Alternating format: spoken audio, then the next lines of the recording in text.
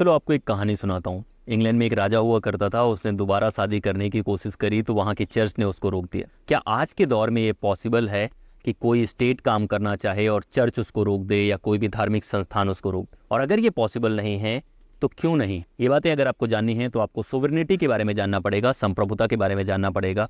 और संप्रभुता का जो आज का कॉन्सेप्ट हम देखते हैं उसका ओरिजिन कहाँ से आता है उसको जानना पड़ेगा।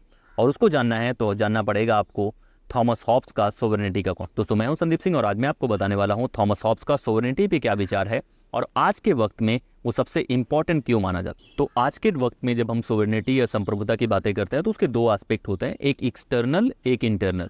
एक्सटर्नल का मतलब है कि बाहर की कोई शक्ति हमें गाइड नहीं कर सकती कि हमें अपने देश के अंदर क्या करना है। और इंटरनल का मतलब है कि जो सरकार है, देश है, वही कानून बना सकती है, बाकी कोई और भी संस्थान कानून नहीं बनाएगी या उसके कानून का पालन नहीं होगा। तो दो बातें आपको याद रखनी है कि जब भी हम संप्रभुता की बातें करते हैं तो एक एक्सटर्नल हो गया, दूसरा इंटरनल हो गया। लेकिन ये कैसे इवॉल्व हुआ है? तो थॉमस हॉब्स एक इंग्लिश फिलोसोफर हैं जो 1651 में एक किताब लिखते हैं, लेवियाथन, और जो बहुत इंपॉर्टेंट किताब मानी जाती है। और उस दौर में वो जो किताब होती है वहां से सोवरेनिटी का कॉन्सेप्ट निकल के आता है, संप्रभुता का कॉन्सेप्ट निकल के आता है। अब उस दौर को देखने की कोशिश कर कि वो दौर ऐसा है कि जब मिडिवल पीरियड है वो खत्म होने वाला है, मॉडर्न पीरियड शुरुआत हो रहा है, एक नए तरीके की कैपिटलिस्ट व्यवस्था आने वाली है, पुनर्जागरण की शुरुआत हो चुकी है। लेकिन जो पुनर्जागरण की शुरुआत के पहले वाला दौर है, जो इंग्लैंड का खासतौर पे पूरा यूरोप का अगर आप देखेंगे तो वहाँ टू स्वॉर्ड्स की थ्योरी थी कि चर्च भी रूल करता था और राजा भी रूल करता था। तो वहाँ कोई भी संप्रभु नहीं था और दोनों के बीच में लगातार क्लैशेस होते रहते थे। अब इस चीज से निकलने के लिए खासतौर पे जो इंटरनल सोवरेनिटी का एस्पेक्ट है उससे डील करने के लिए एक फिलोसफर थे बोर्डिन। उन्होंने एक थ्योरी दी सोवरेनिटी की जो कि कंप्लीट थ्योरी नहीं थी। उसी पे आगे बिल्ड करते हुए थॉमस हॉब्स ने अपनी थ्योरी दी जो कंप्लीट सोवरेनिटी की थ्योरी मानी जाती है।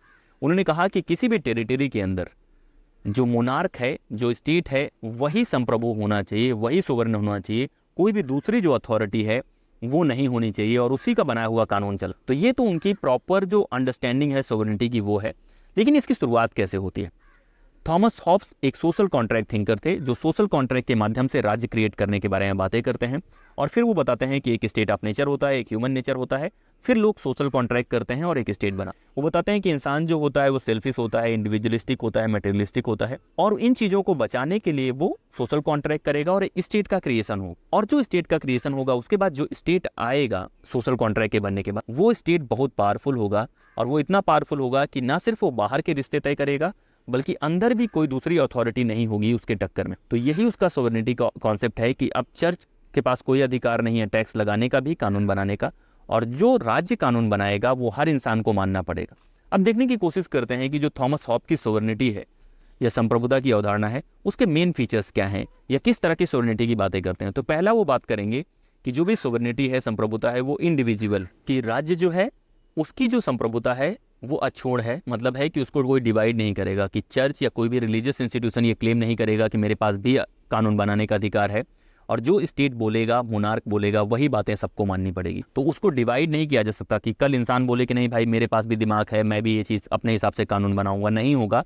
आपको सारी बातें उसकी माननी पड़ेगी। दूसरा है ये परमानेंट है। मतलब है कि ये नहीं है कि कहीं प्रेजेंट है कहीं प्रेजेंट नहीं है, कि कुछ एरिया मेरा है कुछ एरिया आपका है, ऐसे नहीं होगा। ये जो सोवरेनिटी है, जो स्टेट की पावर है, वो हर जगह प्रेजेंट रहेगी और हमेशा रहेगी। ये नहीं कि एक साल नहीं रहेगी, 2 साल नहीं रहेगी। तो दूसरा फीचर है इसका परमानेंस, कि ये परमानेंट बनी रहेगी। जैसे आज है, आज के दौर पे अगर आप देखें तो स्टेट हर जगह प्रेजेंट है।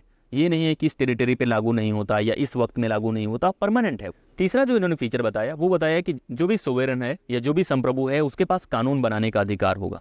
इसके पहले वाला जो दौर था वहाँ पे बहुत अलग अलग तरह की संस्थाएं थी जो कानून बनाते थे, धर्म से रिलेटेड चर्च बनाता था और राज्य के पास कुछ अधिकार थे। लेकिन अब कहते हैं कि जो भी कानून व्यवस्था होगी उसकी सारी जिम्मेदारी राज्य की होगी और वो जो कानून बनाएगा वही कानून सबको मानना पड़ेगा और कोई भी इंसान उस चीज़ से रिफ्यूज़ नहीं कर सकता और कोई दूसरा अथॉरिटी भी नहीं होगा कानून बनाने वाला। ये तीसरा फीचर है थॉमस हॉब्स की सोवरेनिटी। अब जो चौथा फीचर है वो बड़ा इंटरेस्टिंग है, वो है कि सभी लोगों को ओबीडियंस देना पड़ेगा। कि जो लोग उस टेरिटरी में रह रहे हैं, ये नहीं है कि भाई मेरा मानने का मन नहीं है तो मैं नहीं मानूंगा।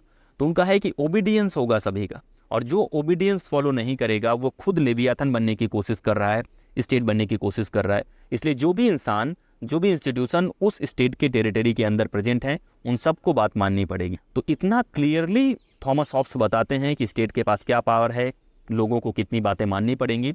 और केवल सेल्फ प्रिजर्वेशन के बारे में जब जिंदगी पे आ पड़ी हो तभी वो डिसोबे कर सकता है राज्य को, उसके बियॉन्ड कभी भी डिसोबे नहीं कर सकता। पांचवा जो फीचर है वो है कि जो भी कानून है वो कमांड ऑफ सोवरेन है, मतलब है कि अगर आप उसको नहीं पालन करते तो आपको सजा मिलेगी। ऐसा नहीं है कि आपने पालन नहीं किया तो चलो छोड़ देते हैं, तलवार की तरह है, मतलब अगर आप कानून का पालन नहीं करते हैं तो आपके खिलाफ कार्रवाई होगी, ये भी हॉब्स कहते हैं।